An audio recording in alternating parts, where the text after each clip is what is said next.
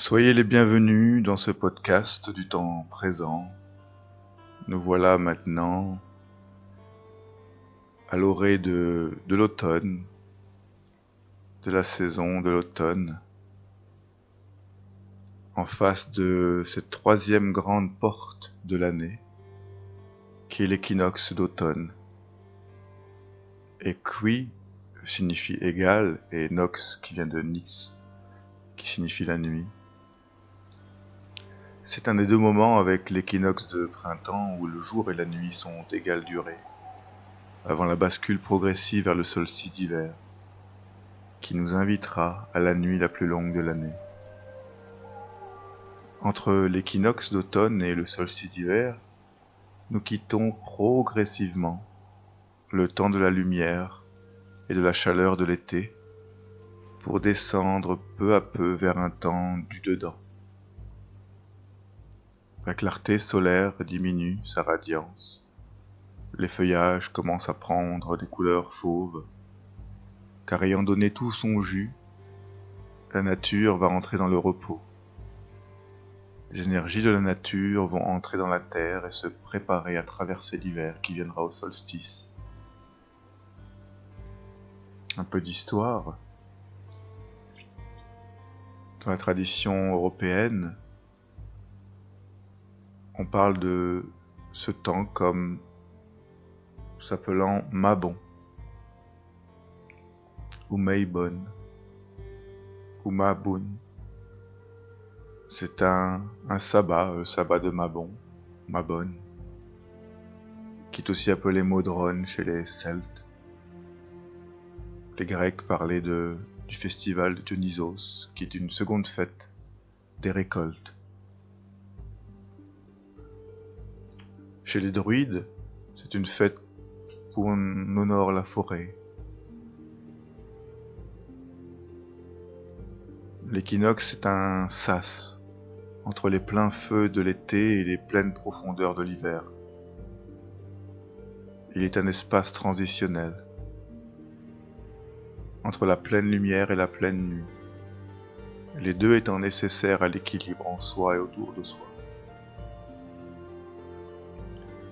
Il est un temps de bascule pour nous inviter à réorienter nos intentions, nos énergies vers un retour en soi. La lumière décline, le ciel se charge d'eau, et l'on a besoin de plus de vêtements pour parer au vent d'automne. Ce qui ouvre d'un côté à de belles balades en forêt, pour honorer la vie qui a donné pendant le printemps et l'été, et qui va peu à peu revenir en elle pour une nouvelle fécondité au printemps prochain. C'est une période d'équilibre et d'harmonie. On fête la fin des récoltes, on exprime la gratitude pour tout ce qui a été vécu dans nos vies, que ce soit le désagréable qui nous a fait grandir en conscience et l'agréable qui nous a réjouis. C'est un temps de bilan. On prépare ses réserves pour l'hiver sur tous les plans, extérieurs et intérieurs. Spirituellement, l'automne est ouvert par le signe de la balance, signe de l'équilibre, qui nous propose de peser, de sous-peser en nous-mêmes ce que nous souhaitons conserver dans notre vie en termes de relations, d'habitudes, de comportements, de projets, et laisser aller avec le vent d'automne ce que nous ne voulons plus. Le deuxième signe qui honore l'automne est le signe du Scorpion. Il nous proposera de descendre dans nos mémoires et de percer avec son dard de vérité les émotions coincées, les souvenirs poisons qui pourrissent en nous et nous empêchent d'aller de l'avant. Il nous aidera à sortir nos poubelles émotionnelles et mentales et purger ce qui n'a plus sa raison d'être en nous et dans nos vies. L'automne se terminera par le signe du Sagittaire, qui après la pesée et le tri de la balance, la sortie des poubelles mémorielles en Scorpion, nous demandera de trouver un nouveau grand sens à notre direction de vie, en méditant sur ce qui est vraiment le plus important pour nous.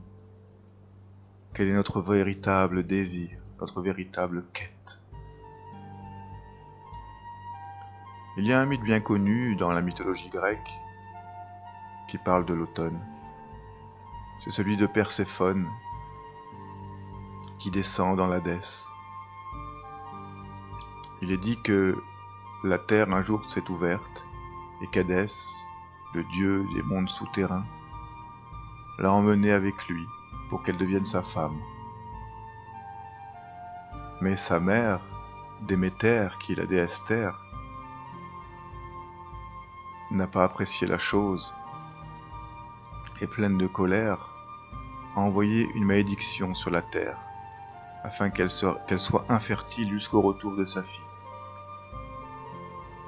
Mais Zeus, le dieu des dieux, essaya de trouver un arrangement avec elle. Et ainsi 6 mois par an, Perséphone vivra avec Hadès dans le monde du dessous, et 6 mois par an, elle reviendra avec sa mère, Déméter.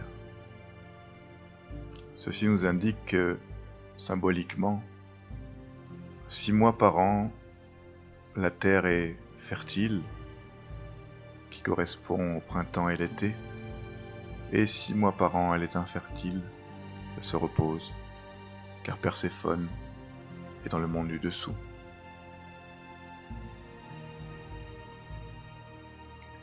En termes de pratiques concrètes, j'aimerais vous inviter à quelques propositions. Déjà, ouvrir grand votre lieu de vie. Laissez venir, laissez entrer l'énergie du vent d'automne, qui va nettoyer, envelopper ce qui est en trop et le laisser sortir. Concrètement, on peut nettoyer à fond son nid, sa tanière, son terrier, son lieu de vie. Faire le tri entre ce qui n'est plus nécessaire en termes d'objets, en termes de vêtements. Faire un grand ménage. Purifier les espaces. Et puis, allumer quelques bougies aux couleurs d'automne pour créer une ambiance chaleureuse. C'est aussi un temps, vu que c'est le début et que nous sommes dans le signe de la balance, on peut faire des listes avec 2 colonnes, comme les 2 plateaux de la balance. D'un côté, ce que nous ne voulons plus, et de l'autre, ce que nous voulons. Faire le tri, lister tout ce que nous ne voulons plus dans une colonne à gauche, par exemple, en termes d'habitude, de comportement, de pensée, de relations, d'événements, d'activités, de projets. Prendre le temps de bien méditer à ce qu'on ne veut plus dans sa vie, ce qui n'est plus nécessaire, et les lister. Une fois que la liste a été faite, on peut prendre le temps, point par point, à se remémorer ce qui a été nécessaire dans nos vies, et ce qui ne l'est plus, et avec gratitude dire au revoir à cette chose, à cette habitude, à ce comportement, à ces pensées, à ces relations, à ces activités. Et après un temps de gratitude, maintenant on est plus clair pour savoir ce que l'on veut, et lister en face, sur la colonne de droite, ce que l'on veut à la place, en termes de nouvelles habitudes, de nouveaux comportements, de nouvelles pensées, relations, situations, événements, activités et autres. On peut prendre, si on l'a, et on peut commencer si on le veut, avoir un journal intime, un journal des projets et des buts, et commencer à lister ce que nous souhaitons mettre en place jusqu'au solstice d'hiver, dans cette période qui est justement une remise à zéro sur tous les plans, un renouvellement.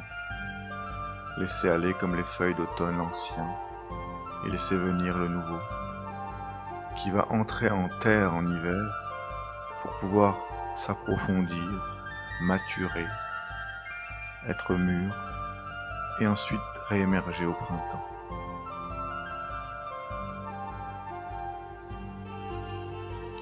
Sur le plan physique, on peut prendre des bons bains chauds avec des huiles odorantes, des bois de rose, toutes des odeurs un peu de sous-bois.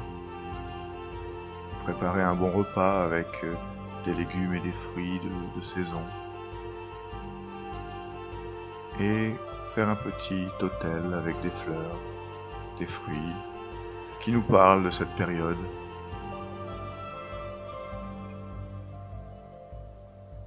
Et peu à peu laisser venir à nous les énergies nouvelles, qui vont laisser aller l'ancien et nous appeler vers le renouveau. Je vous remercie de m'avoir écouté. Prenez soin de vous et à bientôt.